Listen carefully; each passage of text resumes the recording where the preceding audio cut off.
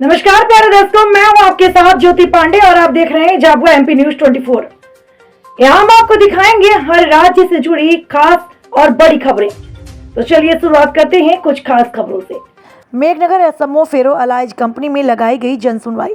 प्रदूषण नियंत्रण बोर्ड के अधिकारियों ने कहा, प्रदूषण फैलाने वालों पर होगी सख्त कार्यवाही। लोगों ने कहा, अच्छा काम करोगे तो माला लेकर आएंगे और स्वास्थ्य के साथ खिलवाड़ करोगे तो लठ लेकर आएंगे। औद्योगिक नगरी मेघनगर में एसएमओ फेरो allies pro limited company Meghnagar ने पर्यावरण स्वीकृति एवं सहमति के लिए शहर के लोगों की जन सुनवाई लगाई। इस जन सुनवाई में नगर के जागरूक समाजसेवी पत्रकारों ने नगर के औद्योगिक क्षेत्र में लगने वाली कंपनियों का स्वागत किया, लेकिन शहर व क्षेत्र की आबोहवा को खराब करने वाले कारखानों का पुरजोर विरोध किया। कहा कि जब से मेघनगर में केमिकल फैक्ट्रियां स्थापित हुई तब से यहाँ का पानी, हवा, जमीन बंजर हो गया। केमिकल फैक्ट्रियों पर लगी चिमनियों से निकलने वाला बदबूदार प्रदूषण युक्त धुआं हमारे क्षेत्र की आबोहवा को नष्ट कर लोगों के स्वास्थ्य को बिगाड़ रहा है। पिछले कुछ वर्षों से केमिकल फैक्ट्री संचालकों ने प्रदूषित पानी को जमीन में छोड़ के यहाँ की जमीन और भूजल को प्रदूषित कर दिया। जल प्रदूषण, वायु प्रदूषण सभी प्रदूषण बढ़ा रहा है और साथ ही साथ इसकी वजह से आए दिन जनता भयंकर परेशानियों को झेल रही है। औद्योगिक क्षेत्र में स्थापित अधिकांश कारखाने नियम, कायदे, कानून को ताक पर रखकर खुले में प्रदूषित पानी को छोड़ते हैं, जिसके चलते पिछले 2 साल से मेघनगर शहर की पेयजल सप्लाई के लिए बनाई गई 30 करोड़ से अधिक की परियोजना के तहत बने इंटरवेल और डैम का करोड़ों गैलन लीटर पानी खराब हो चुका है, जिसमें उसे बिना उपयोग के बहा दिया गया। पुख्ता प्रमाण है कि केमिकल से जुड़ी औद्योगिक इकाइयों तय मापदंडों के अनुसार अपने वेस्ट का सही निस्तारण नहीं कर रही। कारखाना संचालक यहाँ के आदिवासी समुदाय के लोगों को रोजगार के नाम पर सिर्फ मजबूरी दे रहे हैं, लोगों को बीमार कर रहे हैं। इस मामले में माननीय मुख्यमंत्री को संज्ञान लेकर कार्यवाही करना चाहिए। झाबुआ एमपी न्यूज के लिए रहीम सिरानी की रिपोर्ट। जो विस्तार हम लोग करने जा रहे हैं वह विस्तार हमारा जीरो वेस्ट, जीरो पोल्यूशन पर आधारित है। हमारा आज भी कोई गंदा पानी रिलीज नहीं किया जाता है, आज भी कोई किसी प्रकार का हम लोग नहीं कर रहे हैं। हमारे प्लांट में हमारी आने वाली सारी लेबर जो अभी कार्य कर रही है वह अन्य स्टाफ को फ्री कॉस्ट ऑफ फूड दिया जाता है, जल सुविधाएं दी जाती हैं। आगे भी हम जो विस्तार करने जा रहे हैं वह सेम प्रक्रिया पर करने जा रहे हैं, जिसमें हमारी तरफ से जीरो वेस्ट और जीरो पोल्यूशन जनरेट होगा। सबसे पहले मैं आपको एक लेमन भाषा में इस पूरे विस्तार को समझाना चाहूँगी। एग्जिस्टिंग में हम लोगों के पास में 7 MBA की ऑलरेडी परमिशंस हैं, जिसके अंदर हम लोग फेरोसिलिकॉन, फेरोमैंगनीज, फेरोक्रोम बना सकते हैं। करने जा रहे हैं उसके अंदर हम लोग 100 TPD का प्लांट डाल रहे हैं पिग आयरन का, जिसके अंदर लगने वाला रॉ मटेरियल है पिग आयरन और कोक। पिग आयरन हम लोग OMC जो है और आयरन ओर की जितनी भी माइंस है वहाँ से लाएंगे, छत्तीसगढ़, रायपुर, कर्नाटक, इन जगहों से। कोयला हम खुद बनाने जा रहे हैं। कोयला में जो लगने वाला रॉ मटेरियल है वो सारा हम लोग इंपोर्ट करने वाले हैं, या उद्योग नीति द्वारा जो भी हमें सुविधा मिलेगी उसमें जो भी हमें मिलेगा वो हम लोग लेने वाले हैं। इसके अलावा जो उसमें निकलने वाला धुआं है, जब भी कोयला बनता है, जनरल किसी भी कंपनी में बनता है तो उसमें 30% धुआं निकलता है। वो धुएं को हम रोक रहे हैं, वो धुएं को हम कलेक्ट करके waste heat recovery power plant डाल रहे हैं, जिसमें 9 मेगावाट पावर जनरेट होगी। जो 9 मेगावाट पावर जनरेट होगी वो गंदे निकलने वाले फैक्ट्री के धुएं से होगी, जिसे हम 0% इमिशन कर रहे हैं, 0% बाहर निकाल रहे हैं।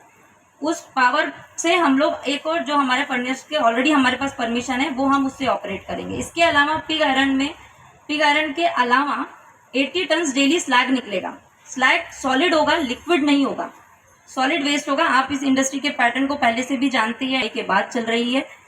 जो सॉलिड वेस्ट निकलेगा उसी सॉलिड वेस्ट को हम लोग क्लिंकर और जिप्सम के साथ सिर्फ ग्राइंड करेंगे। ग्राइंडर यूनिट लगेगी हमारे यहाँ पूरी सीमेंट की प्रोसेस नहीं की जाएगी, जिससे हमारा जो सॉलिड वेस्ट निकलेगा वो पूरा रीयूज हो जाएगा। इसके अलावा हम लोगों ने इसमें जो विस्तार में एक और जो चीज़ रखी है वो कोयला, पावर और पिग आयरन यूनिट रखी है। इसके अलावा हम लोग इलेक्ट्रोलाइट मैग्नीज डाइऑक्साइड बनाने जा रहे हैं, जो बैटरी में लगने वाला एक पदार्थ है, जिसके द्वारा लिथियम बैटरीज बनाई जाती हैं। वो बैटरी में जो केमिकल यूज होगा वो 1 टाइम यूज होगा और वो रिसाइकल होता रहेगा, कंटिन्यूसली रिसाइकल होता रहेगा। उसके बावजूद भी हमने वहाँ एक वाटर ट्रीटमेंट प्लांट रखा हुआ है, जिसमें हम लोग वेस्ट मैग्नीज होता है माइंस का, वो यूज करने वाले हैं। तो हमारा जो ये आपको मैं एक और जानकारी देना चाहूँगी कि ये ज़ीरो वेस्ट ज़ीरो पोल्यूशन पे हमें सरकार द्वारा, सीएम द्वारा इस पर हमें पूरी सब्सिडी भी प्रोवाइड की गई है, क्योंकि उन्होंने हमारे इस प्रोजेक्ट को टेक्निकली रूप से समझा है और आप लोगों के सामने भी आज ये जन सुनवाई खुले रूप से की गई है। मैं मानती हूँ हो सकता है कुछ लोगों तक समाचार या जो अनाउंसमेंट है उसके थ्रू आप लोगों तक खबर ना पहुंची हो, पर ये जन सुनवाई की खबर सिर्फ हमने ही नहीं, पोल्यूशन विभाग ने भी करी है। ये जन सुनवाई 11 बजे ही होने वाली थी, पर चूंकि अनाउंसमेंट प्रोसेस कंप्लीट नहीं हुई थी इसलिए 12:30 बजे स्टार्ट हुई, क्योंकि हमें लगा कि जनसंख्या कम उपस्थित है। तो सर ने अगेन सुबह तो भोपू चल ही रहा था, उसके अलावा अगेन उन्होंने अनाउंसमेंट प्रोसेस चालू करवाया। और भी अगर आपके जो भी क्वेश्चन है, जो सुविधाएं हम लोग आज मजदूरों को दे रहे हैं वो आगे भी देंगे, जो स्टाफ फैसिलिटीज हमारे यहाँ आज है वो आगे भी है। एज पर रूल जो CSIR में 1% का रूल है, वो 1% का रूल हम ग्रीन जोन और अदर फैसिलिटीज में करने वाले हैं। धन्यवाद। सभी मेघनगर के नागरिकों का पहले तो मैं स्वागत करता हूं। मैं माननीय SDM महोदय और पोल्यूशन अधिकारी है जो द्विवेदी जी, उनका मूल्यतः कुछ मुख्य बिंदुओं पे, कानूनन बिंदुओं पे ध्यान आकर्षित करना चाहता हूं। पहले नाम बता दे। नाम इमरान माही की गुंज अखबार देखता हूं मैं और दैनिक स्वतंत्र समय। इमरान पूरा थोड़ा बताइए। इमरान शेख।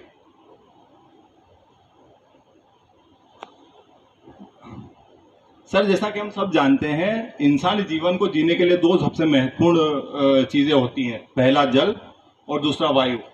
यहाँ के उद्योगों ने सारा जल और सारा वायु प्रदूषित कर दिया है, तो इस एटमॉस्फेयर में लोग कैसे सरवाइव करेंगे, यानी अपना जीवन कैसे जिएंगे।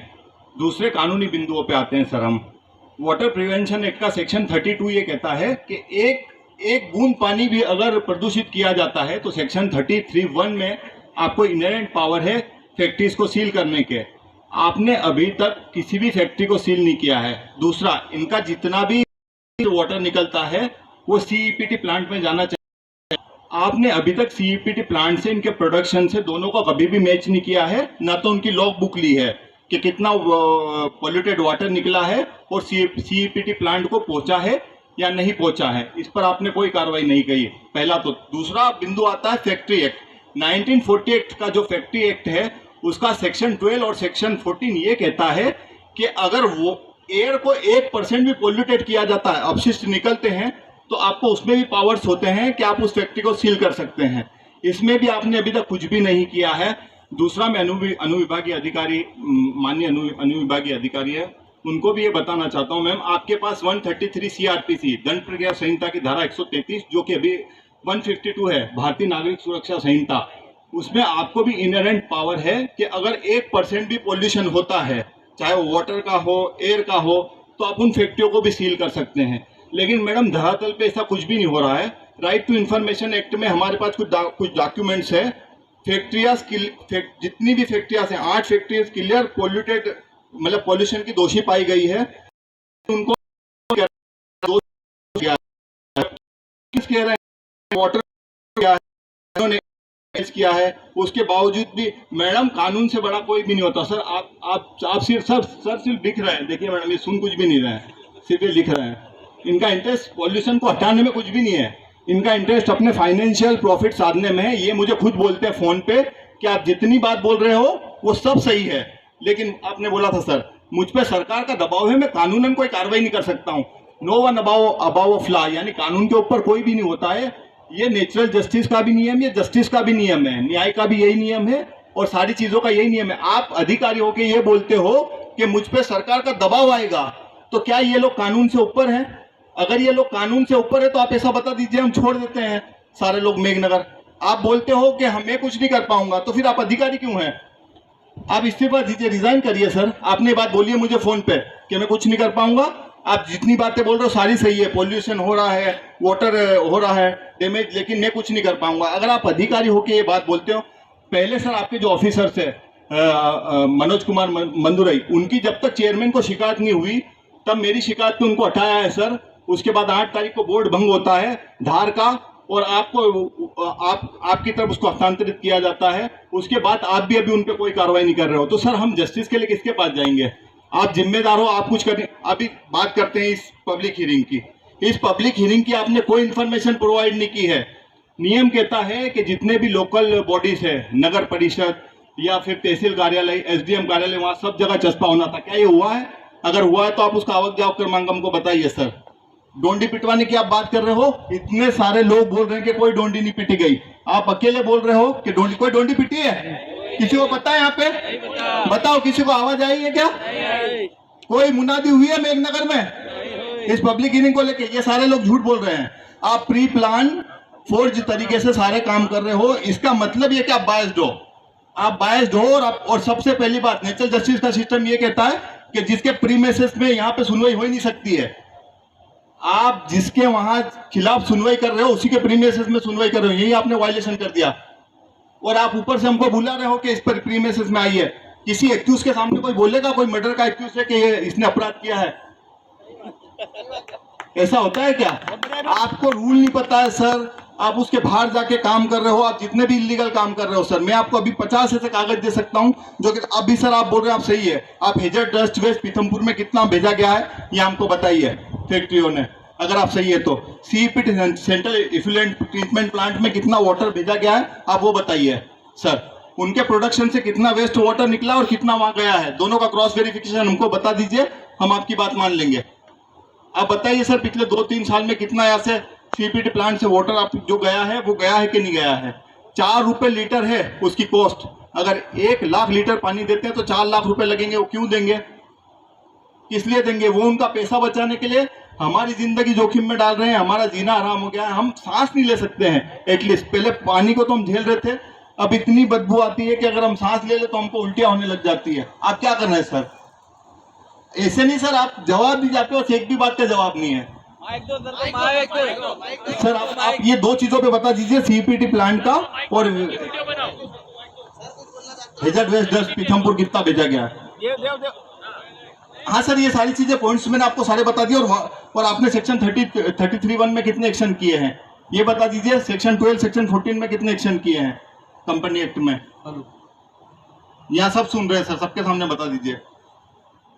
जैसे मैंने 9 जनवरी को चार्ज दिया, 10 जनवरी को चार्ज लिया यहाँ का, उसके बाद इनने कभी बात की थी मेरे से, तो हमने यही कहा था कि कार्रवाई करेंगे। अभी जैसा बोल रहे हैं तो हो सकता बोला, मुझे याद नहीं है क्या बोला है सर आपने। लेकिन अभी जो है, जब से मैं आया हूँ मैं आप लोगों को यह जानकारी देना चाहता हूँ कि मैडम को भी जानकारी पता है कि मैं महीने में 2 बार यहाँ आता हूँ। मेरा क्षेत्र जो है तो 8 जिलों का है। मैं इंदौर, धार, झाबुआ, ये अलीराजपुर, खंडवा, खरगोन, बड़वानी सभी मेरे क्षेत्र में आते हैं। लेकिन मेरा फर्स्ट प्रायोरिटी है आपका मेघनगर, जिसमें हमको पोल्यूशन कम